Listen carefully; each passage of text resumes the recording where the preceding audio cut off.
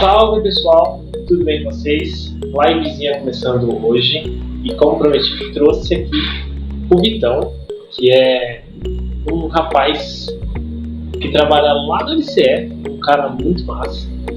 Ele é microscopista, né Vitão? Físico também, né? Licenciatura em Ciências Exatas, cara, mas habilitação em Química. Mas é um pouquinho de tudo, né? Um pouquinho de tudo. E o Vitão ele é especialista lá em microscopia, trabalha no laboratório de caracterização estrutural do LCE, né, da UFSCar. E hoje, acho que seria uma forma da gente trazer aqui, né, aqueles bate-papo que a gente sempre faz quando eu tô lá no LCE, tomando café, né. Eu acho que é mais ou menos isso, né, que eu queria trazer pro pessoal, de que às vezes a gente vai conversando, fala sobre uma técnica, fala sobre coisa que a gente faz no lab, e aquela informação preciosa que a gente não encontra no artigo, que a gente não encontra no livro, que às vezes a gente só encontra, conversando com a galera. Então, Vitão, obrigado por ter aceito aí, participar, muito massa. Massa. Curto muito divulgação científica, né, cara, e teu trampo aí é muito, muito da hora, assim, tem que startar, então bora trocar uma ideia aí. E realmente, cara, tem muita informação que não que não tenha nos papers ou na literatura, mas conversando com alguém, 5 minutinhos, com alguém já passou, ou que seja um ataque, que seja um polimento, que seja alguma técnica assim de preparação, de utilização assim, 5 minutinhos já te dá um estalo. Não, então é assim que eu vou fazer, é por esse caminho que eu vou seguir, sabe? Só o famoso pulo do gato, né? Que normalmente não tá nos artigos, ou você tem que procurar de forma exaustiva ali, né? Pra poder encontrar justamente a liga que você trabalha, ou tô dando exemplos aqui de metalografia, mas aqui no laboratório a gente trabalha com um pouquinho de tudo. Sim. O MEC é tão amplo para poder fazer as medidas aqui que é possível ver um pouquinho de tudo, assim. O jeitinho como a gente prepara as amostras é fundamental para conseguir fazer uma boa análise, assim, Sim. sabe? Tem alguns casos, por exemplo, para você ver polímeros multicamadas. Se você usa uma tesoura para cortar, você amassa todos os polímeros ali, vai pro MEV, e aí na hora que você vê tudo um em cima do outro. Então, só de falar, olha, faz uma fratura criogênica, você não vai ter uma deformação ali na superfície do material, pronto, já destravou um novo preparo, assim, sabe? Essa troca de ideia às vezes é isso, é 5 minutinhos. Como é que eu faço a primeira vez que eu vou preparar um pozinho? Quantos quilos eu levo? Mas você vai ver o que nesse pozinho? Você vai ver só o pó, você vai ver no meio do pó, tem formas diferentes de fazer isso, né? Tipo, se a gente vai ver só o pó, de um jeito. Você vai querer pegar o pó e ver no meio dele, tem que preparar de outro jeito. Perfeito. Embutir o pó, né? Uma outra técnica aí que nem todo mundo às vezes sabe que é possível fazer, Sim. né? Você colocar numa resina, tirar ali e fazer uma metalografia de um grãozinho bem pequenininho ali. Sim. O que é o relevante ali para pesquisa. Eu falei para a Nicole, né, que a gente fez lá o pozinho dela e analisou no equipamento com hidrogênio, né? Aí eu falei para ela, seria legal, como a gente fez várias ciclagens, pegar esse material e fazer o raio-x e tal, mas também ver a microestrutura, né? Então pegar ele e fazer a análise disso aí. Mas se eu coloco só o pó, como a gente fez, né, em cima lá do standzinho da primeira, eu só vejo a partícula. Aí eu falei para ela, então faz assim, você vai misturar um pouquinho de resina, colocar lá, corre essa resina com o pó, coloca o pó nessas resinas separadas, coloca o resto da resina. Aí você vai preparar isso e levar lá na LCS. Vai ser fala com o Vitão, porque provavelmente vai fazer deposição de ouro, né? Pra fazer a ferramenta. Vamos carregar, né? Então vai, fala com ele, se como que funciona, só fazer isso mesmo, porque demora, né? Então tem que levar lá, essa preparação leva um tempinho, né? Não é que nem a gente passa a tinta de prata lá, deixa secar de um dia pro outro e faz a máquina, né? Sem dúvida. Tem um processo até chegar no médico, né? Que às vezes a gente acha que é só colocar ali, mas essa parte de preparação, inclusive aqui no LC, a gente sempre pede pro pessoal marcar os horários, mas trazer com antecedência. porque tem a tinta prata que demora um pouco para secar, né? Tem alguns preparos que são fraturas, cortar, redimensionar, então é importante que a gente faça tudo bem certinho, assim. Vitão, deixa eu te perguntar, você, já aproveitando que você está aí no método, né, que você está aí nesse equipamento novo, você pode explicar ele pra gente, falar um pouquinho sobre o que ele tem a mais do método, não uma pincelada assim, porque esse daí eu ainda não sei. Esse eu não sei. Né? Eu só cheguei e só vi, só tirei uma foto e vi. Bom, só para contextualizar, caso alguém não esteja familiarizado aí, o MEV é um microscópio eletrônico de varredura, tá?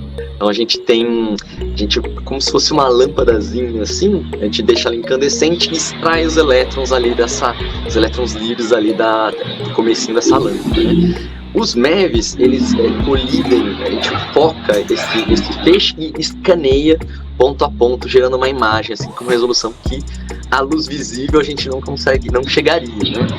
Então a gente tem um comprimento de onda muito, muito menor, e isso permite que a resolução do que a gente consiga ver seja maior.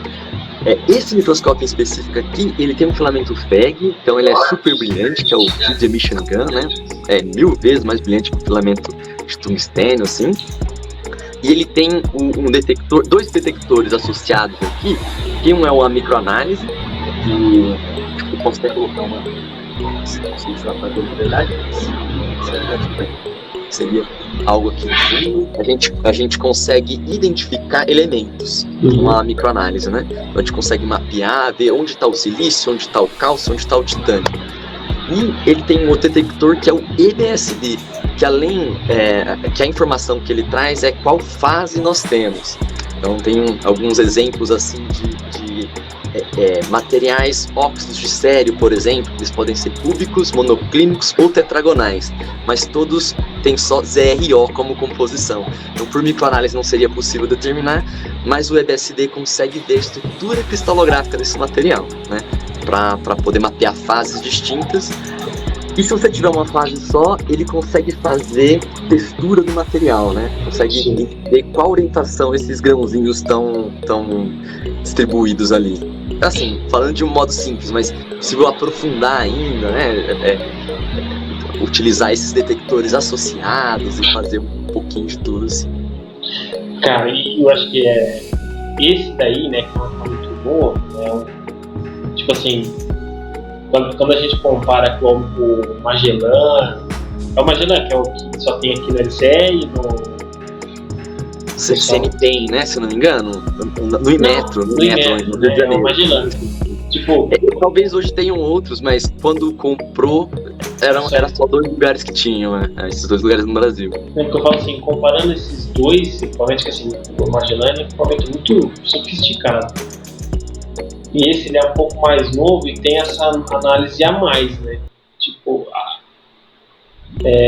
eu acho muito legal isso, porque assim, às vezes é uma coisa que tá conversando com a Heloísa, que o que o LCE faz, ele faz um tipo de análise. Então pra gente, que é da materiais, quando vai fazer uma análise, alguma coisa assim, a gente sabe, tipo, eu sei o que é análise, eu sei o que isso significa, sei o potencial que isso tem para minha pesquisa e tal, mas a galera das outras áreas não sabe, né? Tipo, o que realmente dá para fazer, sei lá, uma Magellan que vai além da engenharia de materiais, que vai, sei lá, para biologia, que vai para a parte de fisioterapia, sei lá, se conecta com outras partes. A medicina, né? Mesmo. A medicina.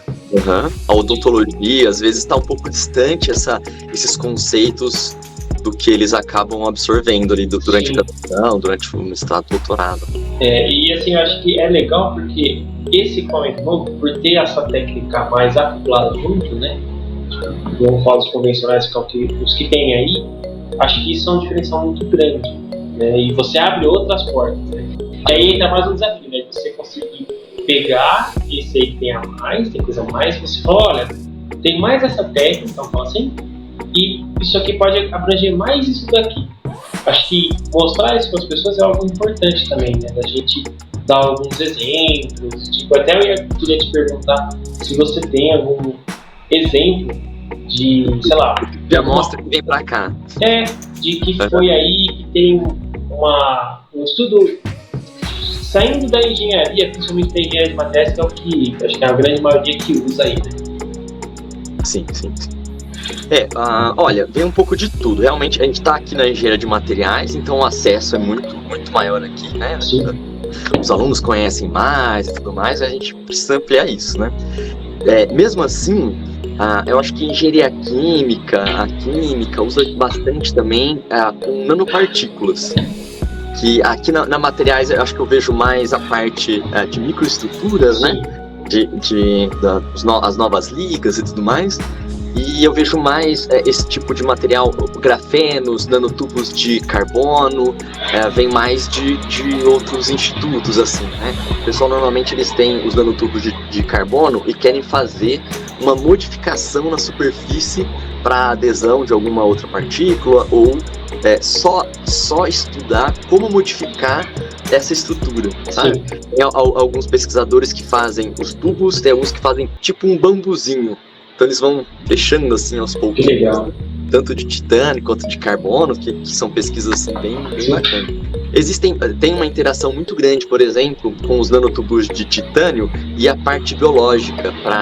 Eles fazem esses furinhos no titânio, na verdade, para que a célula consiga ter uma adesão melhor. Então, quando tem o crescimento ósseo, ela vai procurar esses furinhos ali para poder aderir, né? Coisas bonitas. Mas acho que a coisa mais diferente assim que eu lembro assim foi um dedo de preguiça gigante. Caramba! Isso, que foi feita a análise e super receoso, porque chegou com um documento assim com valor inestimável, porque é um fóssil, né? Não existe. Era um fóssil, não era um dedo. Entendi. Não existem mais preguiças gigantes. Então existem muito poucos, são raros os dedos de preguiça gigante que existem por aí. E aí trouxeram um para ver quais eram os minerais que ficaram nessa fossilização ali. Que legal, velho! Esse foi muito diferente. Caramba, olha que eu tô analisando aqui. E como que foi a preparação?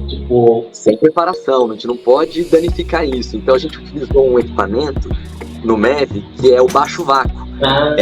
Que a gente consegue, mesmo sem recobrir com ouro, porque o MEV, como são elétrons, a gente tem que passar uma camadinha de ouro para poder aterrar esse material. Não, mas tem que passar o ouro.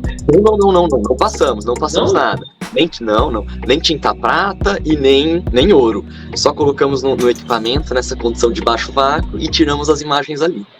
Eu acho que a gente perde um pouco de resolução quando a gente vai para esse módulo baixo vácuo. Mas mesmo assim, a gente conseguiu ter uma boa... A gente consegue até 20 mil vezes, que é um aumento já absurdo, assim, para esse tipo de estrutura, né? A gente não vai ter nada nanométrico, assim, no dedo de física gigante. Mas mesmo assim, deu para ver muito bem, fazer microanálise e entender quais são os elementos que estavam ali depositados, sabe? Foi uma das análises mais diferentonas, assim. Mas aqui passa um pouquinho de tudo, né? Então, o mais divertido durante as análises com os pesquisadores é justamente conversar com os pesquisadores qual aplicação utiliza, né? Então, é um material para fazer um polímero bactericida. Então eles têm um tanto de prata, um tanto de outros materiais ali para tornar esse polímero bactericida. E a gente acaba acompanhando o que funciona. Normalmente a caracterização é uma parte final da pesquisa, né? Então eles vão fazendo vários testes, e os melhores testes, ou os melhores comparativos, que são feitas as caracterizações. Então a gente acaba conversando com o pessoal no final do mestrado, no final do doutorado, né, durante o processo, e a gente vai acompanhando, deu certo, e com mais prata, e com o dobro, e com o triplo. Sim, essas conversas, assim, eu acho que é o mais interessante, assim, né, de saber aonde estão sendo aplicados esses novos materiais que são desenvolvidos aqui, assim, né? É a parte mais interessante. A parte de produção de eletricidade, né? As novas forma de captar a luz solar, então tem bastante pesquisa associada a isso, assim, o pessoal vem também. Então é interessante ver o tamanho de partículas que conseguem, as camadas que conseguem, interferem muito na eficiência do material no final, assim, né? Então acho que isso é o mais divertido, assim, poder ver ver onde esses novos materiais estão sendo aplicados e conversar com pessoas que estão justamente antenadas, estão lendo as pesquisas sobre a área, estão entendendo tudo sobre a área. Acho que é o melhor. Assim. Que legal. Essas análises que você comentou, elas são mais do MEV, são de transmissão também? Início, aqui no LCR eu tô há 15 anos. Então, eu comecei por aqui na difração de raio-x. Tá? Foi a primeira técnica que eu trabalhei aqui. Aí eu acho que depois da difração de raio-x, que a gente tem os gráficos e tudo mais, né? Tem toda a parte cristalográfica que eu fui aprendendo. Aí eu passei pros MEVs, não tem tanto essa área, exceto na parte de EBSD, de orientação cristalográfica e tudo mais. E realmente me apaixonei pela transmissão. Hoje em dia eu opero a transmissão todas as tardes. Poder inclinar a amostra, tirar fotos dos espaçamentos atômicos. Isso pra mim é uma coisa que me pira às vezes, fazer a medição em angstroms, sabe? Isso é uma coisa que eu piro sempre, assim, sabe? Até mesmo esses nanotubos de carbono, a gente consegue saber quantas camadas, quantas folhas tem de espessura de carboninho ali, né? Monoatômico ali, fazendo aquela estrutura. Então, essa resolução é algo incrível, assim, sabe? É realmente incrível. Eu curto muito imagem, curto muito fotografia também. Eu sempre fico pensando, o James Webb, né, o telescópio que foi lançado e tudo mais, se você tivesse a possibilidade de apontar o James Webb para tirar uma foto do espaço, você apontaria para onde? Tem algum lugar favorito do espaço para você registrar? Cara, não sei. Não sei, nunca pensei nisso. Alguma coisa do tipo? Cara, nunca pensei nisso. Só pra falar, porque a gente tá numa escala, às vezes, que a gente chega numa escala nanométrica e a gente tem que saber pra onde tá apontando, sabe? Entendi. A gente vai e fala, caramba, vamos ver a distância entre os átomos, entre um precipitadinho, um contorninho de grão, alguma coisa do tipo assim. Porque é muito complexa as análises e os pesquisadores é que dão esse foco. O que precisa ser analisado? Não, eu quero precipitados, maravilha. Então vamos lá tirar os precipitadinhos. Em que resolução, né? Nossa. Tipo de espectros você quer coletar, os mapeamentos, as coisas todas, assim, né? Eu acho que a dinotransmissão é um ponto muito massa. Todas as vezes que eu usei assim, é tipo assim, o MEV é o teco-teco, o transmissão é o Boeing 747, né? Sim, olha. Você consegue fazer umas imagens assim muito legal. Os MEVs até conseguem chegar nessa escala nanométrica, mas com a resolução que a transmissão consegue mostrar pra gente assim, não chega, né? E com essa parte da difração de elétrons. Isso que daí muito massa. Cara, é uma informação muito boa, assim, para você identificar a estrutura do material. E bonita, a teoria por trás é bonita, as fotos saem por lá são bonitas. É realmente impressionante. Assim. Porque eu lembro, assim, as primeiras vezes que eu usei, que a gente foi fazer, então assim, tirava a informação da partícula, né, que a gente faz o campo claro e o campo escuro, e aí depois tirava a difração. E aí acho que eu me lembro que às vezes a gente estava mexendo, e dependendo de como que a gente mexia, como que estava a sala, dava diferença, né, na imagem, dava diferença no padrão. Tipo, é uma coisa muito sutil. Tanto que às vezes, acho que foi um mapeamento que a gente estava fazendo com o Renato, que você falou que vamos ficar todo mundo em silêncio, aí só de falar um pouquinho já. Eu acho que são essas fotos de alta resolução. De alta resolução, verdade. Até pra clicar na foto, na imagem, eu ia mexer na mesa ou tá apoiado na mesa, porque qualquer vibraçãozinha é o suficiente. O aumento que a gente chega lá para poder fazer essa medida em angstroms é 1.750.000 vezes. Mano, é muita coisa, velho. A escalinha da amostra ali fica com 2 nanômetros. Nossa. Então, de coisas menores ali, né? Escala de angstrom mesmo. É muito pequeno. Eu acho que das técnicas que eu já usei aí, a transmissão foi. Acho que a última vez que eu usei, que eu não entendi o que eu tô fazendo e tal. É que assim, mexer no equipamento, regular, não é uma coisa fácil, né? Interpretar o que está sendo mostrado ali é uma coisa, né? Mas usar o equipamento, é que eu falei, é o Boeing 747, porque é muita informação. Você tem que. Não é simples, né? Uma coisa você pode alterar, você vai mudar o feixe, às vezes ele não tá com nada, aí já é. Cara, é bem normal, assim, as primeiras vezes que as pessoas vêm utilizar o laboratório, em fazer uma coleta mais... acaba pegando um pouco de tudo, assim, e aí com o tempo, com experiência, vão focando mais no que realmente vão utilizar. Precisa, né? Sim. Mudou muito a forma como a microscopia hoje entrega os resultados, né? Porque há uns 15 anos atrás, eu tô aqui há 15 anos, né? Há 15 anos atrás, tinha o laboratório de revelação fotográfica. Ainda usava foto? Sim, usavam foto. Uns filmes da Kodak. Então, queimava as imagens. Então, a prática aqui era olhar muito tudo e tirar 5 fotinhos. Tem algo físico, né? Algo mais assim. Desde que é tudo digital, né? Quando eu entrei aqui ainda tinha um laboratório, uma técnica ou outra ainda usava, mas já era quase tudo digital. A gente tira 100 fotos todas as manhãs, né? Às vezes de muitas amostras, às vezes de uma amostra só, mas você não vai usar 100 fotos na sua.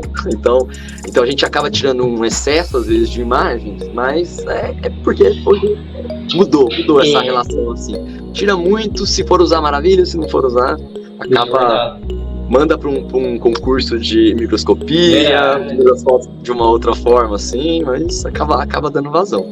Mas o LCE, desde a iniciação científica, ele incentiva que os professores utilizem a estrutura do LCE justamente para o aluno, antes do mestrado, antes do doutorado, já ter os primeiros contatos e ganhar expertise mais o quanto antes, né? Aqui a gente tem treinamentos para o pessoal utilizar o equipamento, não são só os técnicos que fazem, né? A gente sempre recomenda assim, vai utilizar bastante MEV, bastante transmissão, vale a pena fazer o treinamento. Vai usar de uma forma esporádica, eu vou fazer só uma finalização, uma coisa, aí os técnicos eu acho que é a melhor opção, assim, eles já estão mais treinados, já tem um olho treinado para o astigmatismo, para o foco, alguns parâmetrozinhos, que eu sempre falo assim, a diferença entre um fotógrafo profissional e um fotógrafo amador é possível que o amador consiga tirar uma boa foto, mas o profissional sabe as condições, as características certinho do equipamento, com iluminação, com tudo, sabe? Com esse céu, eu vou usar uma outra lente, não é tão diferente assim na microscopia. Dependendo do tipo de amostra, se é um polímero, eu já não começo com tantos kilovolts, tanta aceleração. Exato. Se eu vou fazer um EBSD, posso colocar um spot maior, porque eu preciso de muito sinal. Isso a princípio, assim, é com o tempo. É precisando utilizar a técnica que você acaba ganhando essa expertise, assim, né? Por isso que vem conversar com a gente, precisando fazer alguma coisa, troca uma ideia antes, como é que eu faço, como é que eu preparo, que equipamento é melhor.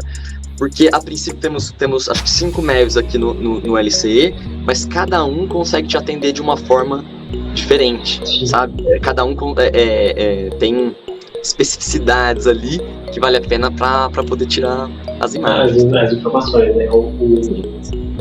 Acho que também é legal falar, né? Porque teve essa semana a escola de microscopia para a MEV, né? Sim, exato. Vai ter a de transmissão ainda, né? Sim, eu acho que daqui 2 meses. Daqui 2 meses vai ter a de transmissão. Eu acho que é importante porque eu não fiz essas escolas, eu gostaria em algum momento fazer, porque os treinamentos que eu tenho são treinamentos mais simples, né? São treinamentos que eu fiz aí, precisava usar, foi esse treinamento, depois fui fazendo as minhas amostras. Do MEV é tranquilo, né? Não tem erro. Vai lá, arroz com feijão. Agora, na transmissão é uma coisa que você tem que praticar bastante. Mas é uma coisa, é um tipo de curso que a gente faz, principalmente pra gente que tá nessa área, né? E não só da materiais, mas vindo de outras áreas também é importante, porque você, tem esse tipo de análise que às vezes dá pra fazer e você não sabe. Só que aí você aprende a fazer análise. E você aprende, depois, obviamente, a interpretar aquilo que você está vendo. Acho que esse é um diferencial do laboratório que oferece esse tipo de coisa pra gente. Tem 3 maneiras aqui da gente de ter um operador aqui no laboratório, né? Ou a gente dá o treinamento, então é um treinamento prático, como o equipamento funciona, quais são os cuidados, quais são as dinâmicas, assim. Essa escola de microscopia são 3 dias fazendo teoria e prática, né? E a outra maneira é você fazendo a disciplina microscopia 1 no varredura e microscopia 2 no transmissão, onde toda a teoria é consolidada, e aí no final existe uma parte prática, onde também você pode sair habilitado como operador do equipamento. Então são basicamente essas 3 formas, assim. Isso aqui é... Depende do que for usar, de como fazer. Por exemplo, o do transmissão tem uma parte que é sobre determinar essas difrações de elétron, né? Como fazer essa caracterização. Então, isso a gente não dá no treinamento. A gente vai mostrar como tirar essa imagem, mas como tratar esses dados, aí é microscopia. Sim. Então, quando o pessoal procura a escola, é justamente para ter um a mais ali da técnica, não só tirar a imagem, mas como tratar esses dados em sequência e tudo mais, né? Sim. Eu lembrei agora daquele caso lá das brancas de peixe, da professora, professora Yara, né? Vamos ter entrevista com ela, hein? Vamos ter entrevista com ela. A professora Marisa. E a Yara é pós-doc. Mas agora ela é professora. Oh, que sucesso. E tipo, vamos tentar conversar com as duas, e acho que é legal essa história, porque até quando você contou a primeira vez que eu escutei, eu falei, cara, como assim? Uma célula do peixe colocou na transmissão e assim, não deu ruim, vamos falar assim, né? Nossa, não deu muito bom, preparo incrível ali. Mas ela não se desintegrou, não teve problema assim por causa do vácuo e tipo... O material biológico no transmissão é algo delicado, tá? Mas a Yara, né, a professora aí, então, ela existem maneiras assim, as gradinhas que a gente usa, existem algumas que são vazadas, algumas que tem um filmezinho. Ela acabou usando com esse filmezinho, o que ajudou bastante, mas na hora da análise mesmo, a gente tem que usar uma dosagem do feixe menor, para não interagir. Quando a gente faz metal, alumínio, aço, aí aumenta lá o máximo. Pode jogar o máximo possível, o mais convergido possível, que eles aguentam bem. Mas polímeros e material biológico é muito sensível, então tem um jeitinho ali de você vir chegando na amostra, mas realmente, inclusive para algumas análises, eu tenho que fazer, normalmente nos varreduras, até na transmissão, os maiores aumentos eu foco e venho tirando a magnificação para poder pegar uma área mais geral. Entendi.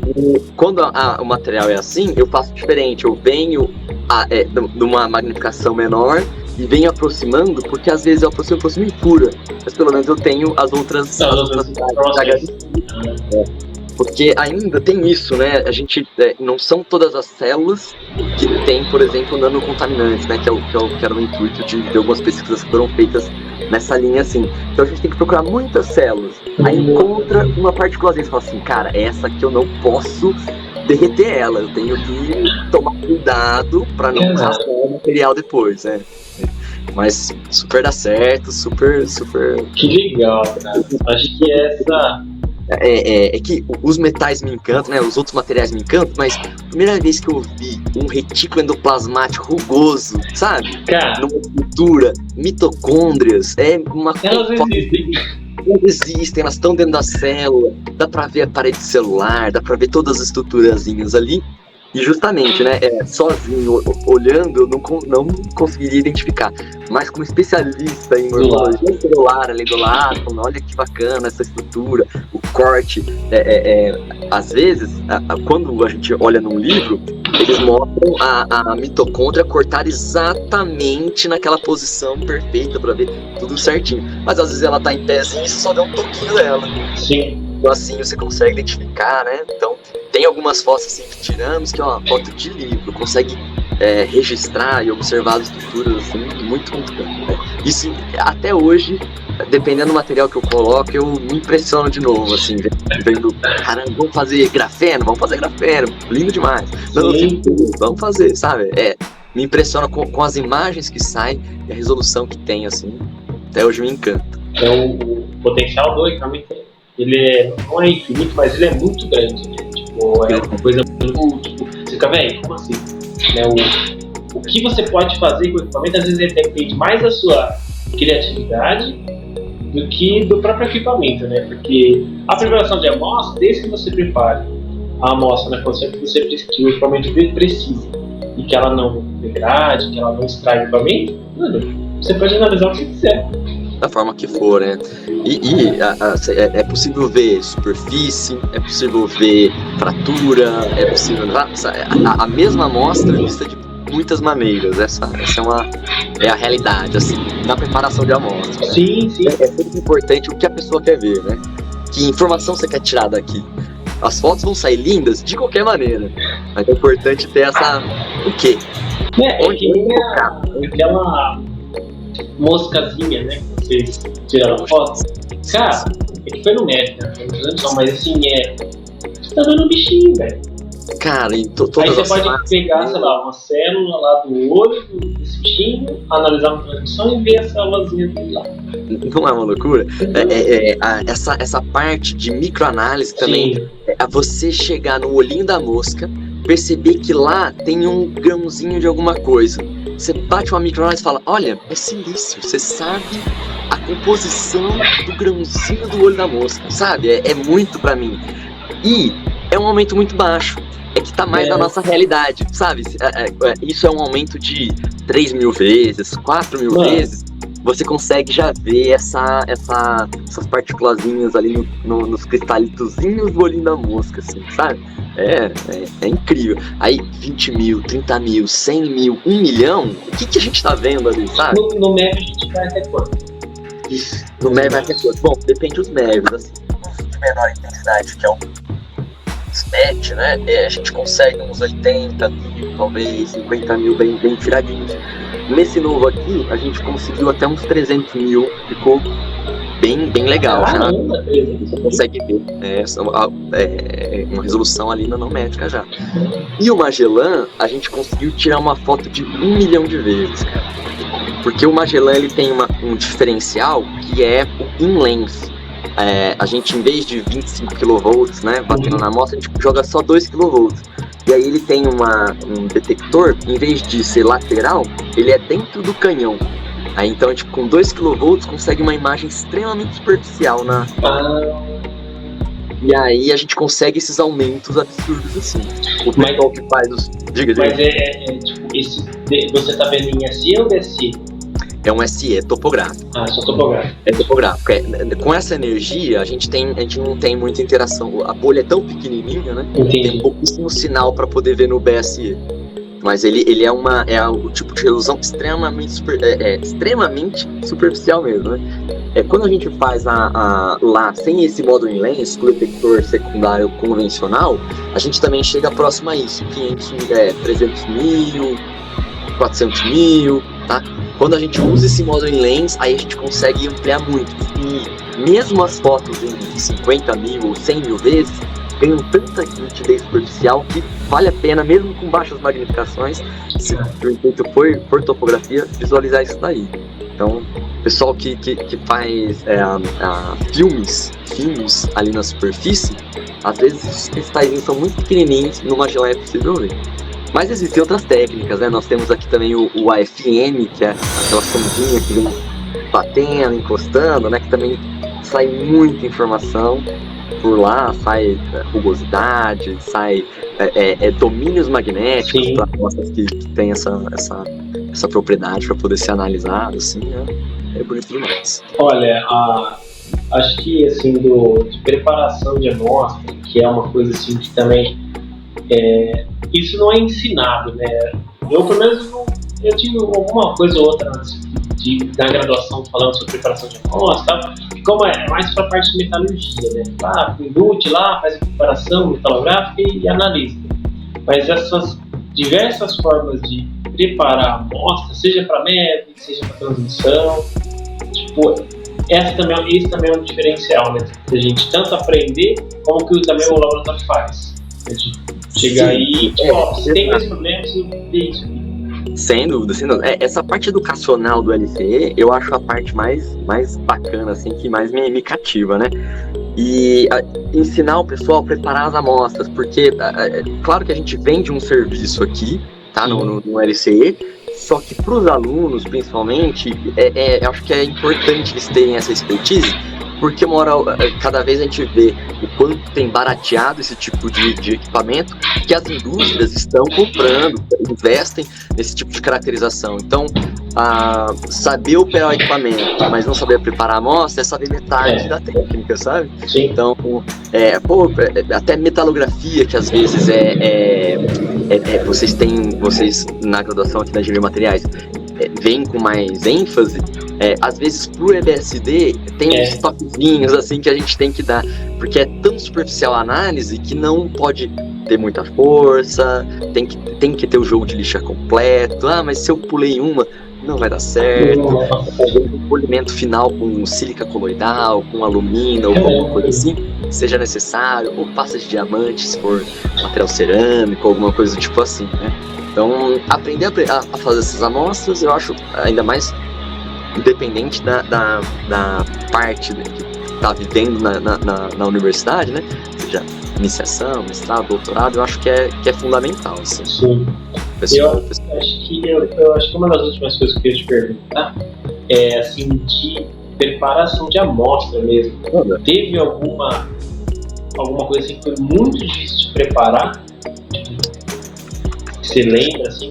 Cara, deixa eu pensar. Olha, as fraturas criogênicas são mais chatinhas para serem, porque é talvez mais delicado. Entendi. Mas chato, assim, não sei. Polimento eletrolítico é uma questão que eu acho chatinha de fazer, sabe? Esse eletrolítico é para transmissão? É pro EBSD também. Ele tira a deformação superficial do que pode ter sido causada por lixo ou alguma coisa assim. Mesmo depois da Vibromet, é possível ainda fazer esse polimento eletrolítico. Que não é um ataque eletrolítico. É polir. Porque se a gente revelar o contorno de grão, pro EBSD acaba não funcionando. Entendi. Então, só que é assim, tá na literatura, entendeu? Tem que procurar bastante e às vezes dá errado. E você vai lá, dá aquele polimento, aquele fino trato, e em vez de 10 segundos, coloca 15 segundos, algo do tipo, você queima a amostra, volta, prepara pra fazer, algo do tipo, sabe? Porque aí queimou. Nossa. E aí não adianta só passar numa lixinha, volta pra lixa tal, faz a lixa tal. Então, é chato porque se dá errado é trabalhoso. Entendi. Tá? Mas são as partes mais inconvenientes. E materiais pro transmissão, quando são muito duros, para afinar uma amostrinha, porque no transmissão a gente tem que furar a amostra, né? Então ela tem que chegar com 60 microns de espessura para ir num polidor iônico, que é um gás ionizado batendo na superfície da amostra até furar, que a borda desse furo é fina o suficiente para atravessar. Quando o material é muito duro, é muito chato, assim, muito trabalhoso, mas é trabalho, não faz parte do processo. Bom, aqui eu acho que existem as técnicas, né? Eu achei que tivesse alguma coisa assim que tipo tivesse ser preparado e não tivesse, ou tivesse que manipular alguma técnica que já existente. Tem que ser criativo. Uma coisa que eu falo para todo mundo é que cada amostra você prepara de um jeitinho, mas cola quente e fita carbono resolve quase tudo. Porque às vezes você quer colocar a face onde você vai analisar por uma posição bem específica. Então, uma gotinha de cola quente ali, e inclusive cola quente a forma como a gente utiliza, é melhor do que, por exemplo, Super Bonder. Sério?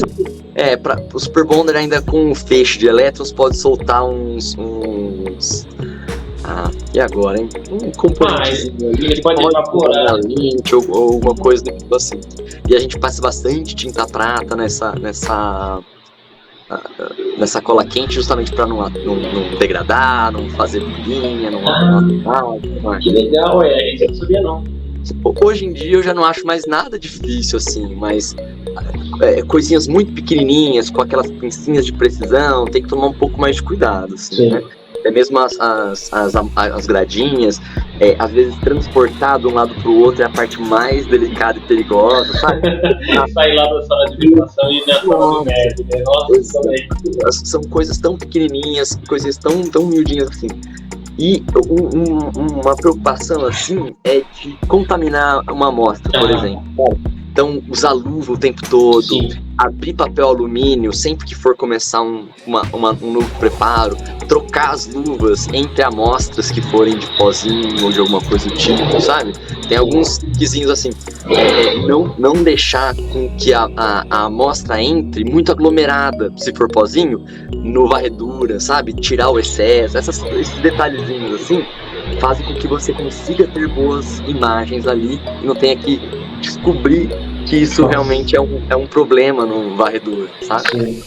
Então esse tipo de detalhezinhos na hora de preparo assim é o que vai te deixar uma boa análise ali no final, sem dúvida. Cara, acho que tipo essas informações, essas ideias que a gente troca, né, vai conversando, principalmente quando você vai tomar um café assim, cara, acho que isso eu aprendi muito indo no LCE, frequentando muito o LCE, e para essas questões, principalmente da análise dos resultados, o que eu podia fazer. Ninguém ensina, não é culpa de ninguém, mas é um conhecimento que não tem como você registrar. Não tem, né? Tipo, é muito difícil você registrar. Então, será que a gente não consegue? Eu acho que é possível, cara, mas é trabalhoso. Então, mas é que é uma coisa assim tão, às vezes, sutil, que é o que a gente tinha conversado antes, né? Então, como que eu faço isso aqui? Você fala, mas assim, assim. Só que se eu fosse procurar num artigo, num livro, ia demorar um tempo, velho. Tá em algum lugar. Mas achar isso não é fácil. Então, assim... Eu aprendi muitos preparos também com os usuários, sabe? Tipo, eu sei muita coisa, mas às vezes chega alguém com um preparo ousado e fala, como é que você fez isso daqui? Foi lá, eu fraturei assim, fiz um picotinho e tal. Olha, muito bom, vou passar. Existe um tipo aqui, a gente faz bastante na fitinha de carbono, mas existe uma forma de dispersar o material com álcool isopropílico, por exemplo, para você ver as partículazinhas separadinhas. O que a gente fazia uns anos atrás era polir todos os porta-amostras. Então a gente ia na politriz, polia para ficar uma face sem rugosidade para as partículazinhas ficarem bonitinhas. Hoje em dia a gente coloca uma fitinha de carbono e um papelzinho alumínio com face polida para cima, que ele é liso o suficiente para as partículazinhas se aderirem ali e ficarem bem distribuídas. Então, a primeira vez que alguém fez, eu falei, putz, genial, cara. Genial. Não, o papel alumínio eu nunca usei, eu só usei focando direto na fita. Na fita, sim. O da fita é melhor para microanálise. O da dispersão é melhor para contagem de tamanho de partículas. Que elas ficam mais soltinhas e não ficam todas uma em cima da outra. Então, dependendo do que a pessoa quer, a gente acaba fazendo um tipo de preparo. E tem gente que pede para fazer os dois. Eu quero ver distribuição de tamanho de partículas e quero ter uma composição sem que pegue o alumínio, por exemplo, que vai justamente pegar ali. Tem bastante pesquisa, o pessoal que traz zeólitas, e aí normalmente é alumínio e silício. E aí, se colocar no alumínio, pronto, você vai ter 100% alumínio ali, né? Vai ter muito alumínio mais do que realmente o material tem. Então, fitinha de carbono tira essa dúvida na microanálise. E, inclusive, tem alguns pesquisadores que trazem fitinha de carbono sem recobrimento, para que no gráfico não pegue ouro, sabe? Para que você tenha só realmente a composição.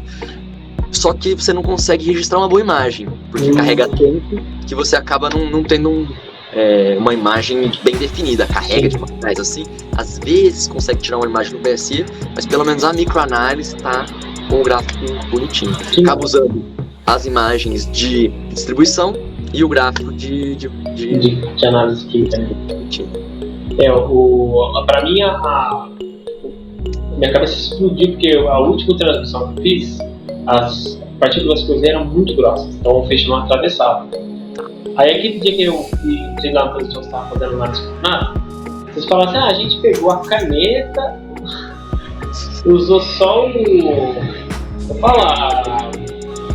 o atrito, né, que gera um pouquinho de carga para pegar as partículas mais finas. Véi, mano, foi assim... É o pulo do gato. Isso aí ninguém conta. Isso aí não tem paper nenhum dizendo como que faz como pra... Como você vai descrever a preparação da amostra, transmissão? Eu peguei a ponta da caneta, peguei o cabelo e peguei o pozinho mais fino. Atritei, o que grudou na parede, fiz um esfregaço ali e... Não, pior que talvez pra mim teria funcionado. Na minha amostra talvez teria dado certo isso. Acaba vindo partículas grandes também, mas junto vieram partículas finas o Bem suficiente pra poder fazer a análise. Assim. Sim. Eu acho que uma outra coisa que é muito legal, e assim, toda vez que eu entro na LCE, sempre toda vez que eu vou na Federal, alguém vai comigo, eu sempre gosto de levar na LCE, porque o LCE ele enche o olho, né? Sim, e é um laboratório assim que tudo é muito caro. Né? Sim. Tipo, tudo. É impressionante. Fala, quanto que é a fitinha de carbono? É milão, velho, mas não é R$1.000. É $1.000, velho. É muito caro. Em equipamento aqui, eu acho que o equipamento mais caro que a gente trabalha é o transmissão, é o Tecnaia, ele custou 1.200.000 euros. É muita grana. É muita grana, dá uns 6, 7 milhões aí. É um equipamento realmente top, assim, cara, top de linha. O DEMA, aqui a universidade tá muito bem servido. Assim. Sim, e assim, eu falo porque não tem como você usar outro equipamento, porque assim, é esse equipamento que fazer essa análise. E infelizmente é muito caro, cara. Sim. Uma manutenção, a preparação de amostra, né? O porta-amostra de transmissão que a gente usa pro pó é 100, R$200. Cara, só a gradinha, né? Que o negócio que é sei lá, o tamanho da tampa da caneta.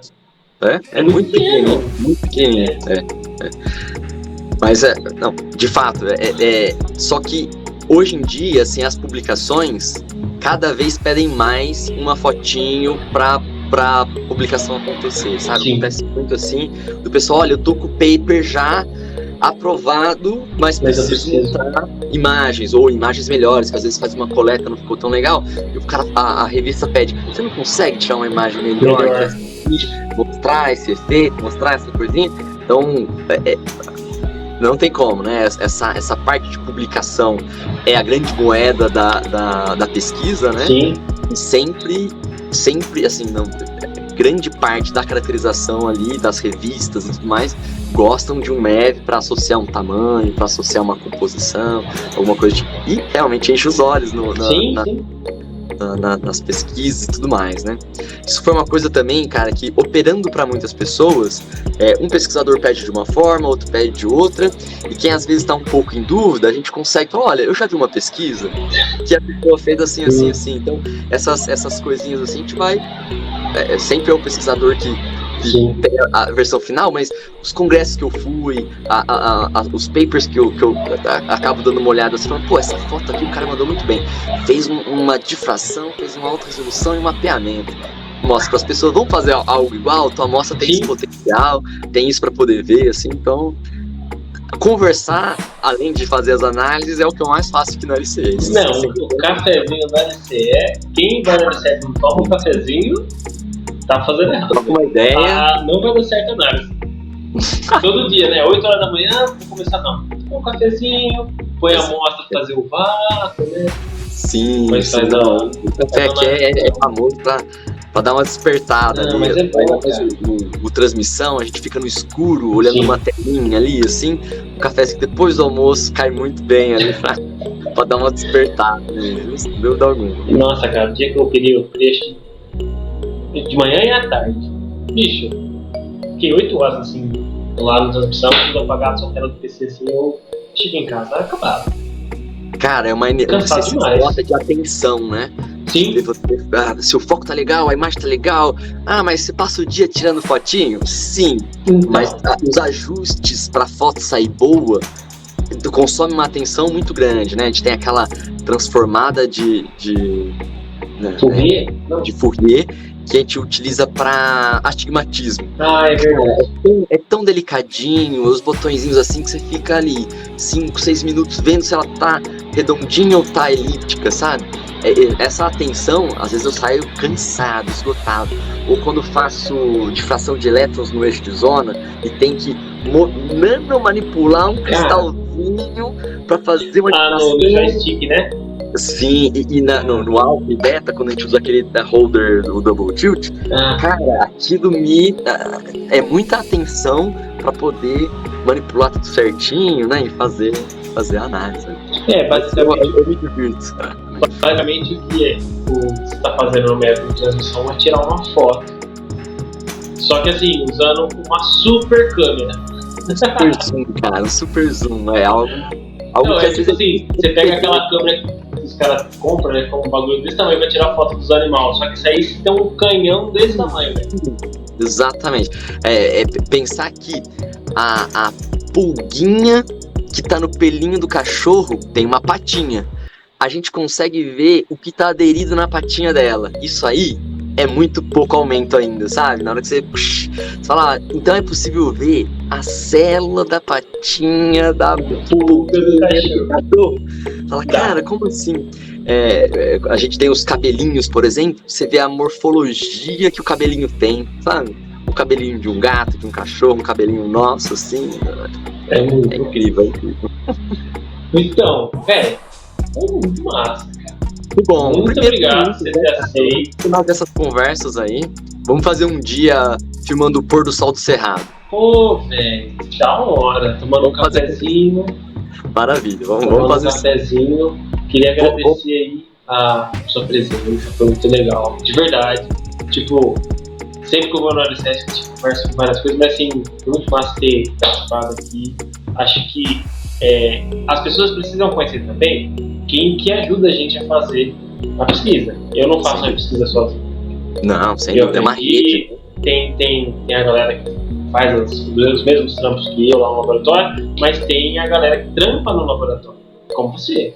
Chega lá fora, preciso fazer essa análise e eu não sei fazer, ou não sei usar o documento. Tem alguém, né, que participa indiretamente, né, que vai sair lá no resultado do que fazer. Então, assim, é importante a gente mostrar também essas pessoas, né? A pesquisa lá da professora com as brancas sabe o que fazer porque em algum momento você sabia usar o equipamento e ajudou ela. A minha pesquisa em algum momento também. Então, assim, a comunidade precisa saber disso, né? Sem dúvida. Isso realmente é bem nessa vibe, assim, que as coisas acontecem, assim. Então, cara, queria aproveitar o espaço aqui, divulgar meu Instagram, o Easy09 é meu Instagram pessoal. Sim. Eu tenho um projeto artístico aqui no LCE, tem um IP amarelo maravilhoso, né? Agora não tá em época, mas julho deve vir por aí, deve brotar. Antes eu tava tirando uma fotinho por dia, mas agora é umas 3 fotinhos na semana, assim. Sim. Vou tirando ao longo do tempo, que é o IP_do_LCE. Vamos colocar aqui, ó. Easy09. E o IP é o IP_do_LCE. Ué, por que não tá aparecendo? IP, Y, né? Underline. Eu acho que é com I, cara. IP. Com I? Eu acho que sim.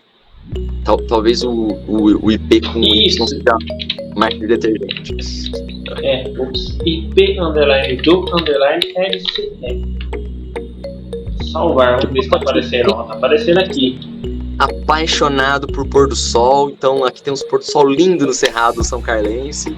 Tira umas fotinhos por lá, no amanhecer, no entardecer ali. Sim, sempre tem uma vista massa, velho. Não, as fotinhas são sempre muito bonitas, cara. Todas. Tô ansioso pra virar um ano. O intuito no final é fazer um time-lapse, como a posição é a mesma. Fazer um Você tá tirando sempre no mesmo lugar, né, as fotos? Mesmo lugar, exato. Em momentos do dia diferente, alguma coisa assim. E aí a ideia é fazer. Eu comecei a tirar as imagens no final da floração do IP amarelo. Eu falei, daqui um ano vai florir de novo. Que legal. Eu queria pegar esse ciclo, né? tempo ali, assim, sabe? E aí tá legal porque agora eu consigo reparar não só no IP, mas o gramado mudou, as florzinhas do fundo mudou, as coisinhas mudaram. Então, sigam para mais. Sim, segue lá o Vitão, então, nas redes sociais dele, no Easy09 e o IP do LCE. E também, se você quiser fazer uma analisinha, né, lá no LCE, vou deixar o contato aí do LCE, o site, vocês podem entrar em contato, tem todos os equipamentos, enfim, o e-mail do Vitão, tem o e-mail do outro pessoal que trabalha lá, né, as professores. Acho que também isso é importante, né? Falar que o LCE é um laboratório que presta serviço para a comunidade acadêmica e para a comunidade no geral. Se você tiver uma amostra na sua casa, você quer saber o que tem nessa amostra, você vai pegar essa amostra, levar no LCE, vai pagar o que tiver que pagar e alguém vai fazer análise para você. Então você pode fazer isso, né? Então, acho que esse é um diferencial do LCE, tem outros laboratórios que fazem a mesma coisa, então é importante a gente saber disso, é importante divulgar esse tipo de coisa, né? Então fica aí também a dica para vocês entrarem em contato com o pessoal e, mano, tacar o pau lá e fazer umas análises, porque assim funciona, né, velho? O LCE não para. Não. A gente tá aqui tirando as fotinhos dessas pesquisas lindas que estão sendo desenvolvidas aí ao longo. Sim. Vitão, valeu. Obrigado para você que chegou até aqui. Não esquece de deixar o likezinho. Vou publicar essa live também lá no YouTube. Vai lá, curte, assiste de novo, né? Pô, muito legal, né? A pessoa assiste de novo quem pegou desde o começo. Então vai lá, assiste, dá aquele curtir, se inscreve, assina o sininho, né? Se possível, coloca para rodar essa entrevista em vários computadores diferentes para poder contar várias vezes ali. A gente já vai fazer isso no LCE em todos os computadores do todos os equipamentos. Aqui já vai ter pelo menos views aqui só de computadores, né? Sim, velho, nossa. Então, valeu, Vinicião. Valeu. Até uma próxima aí. Até.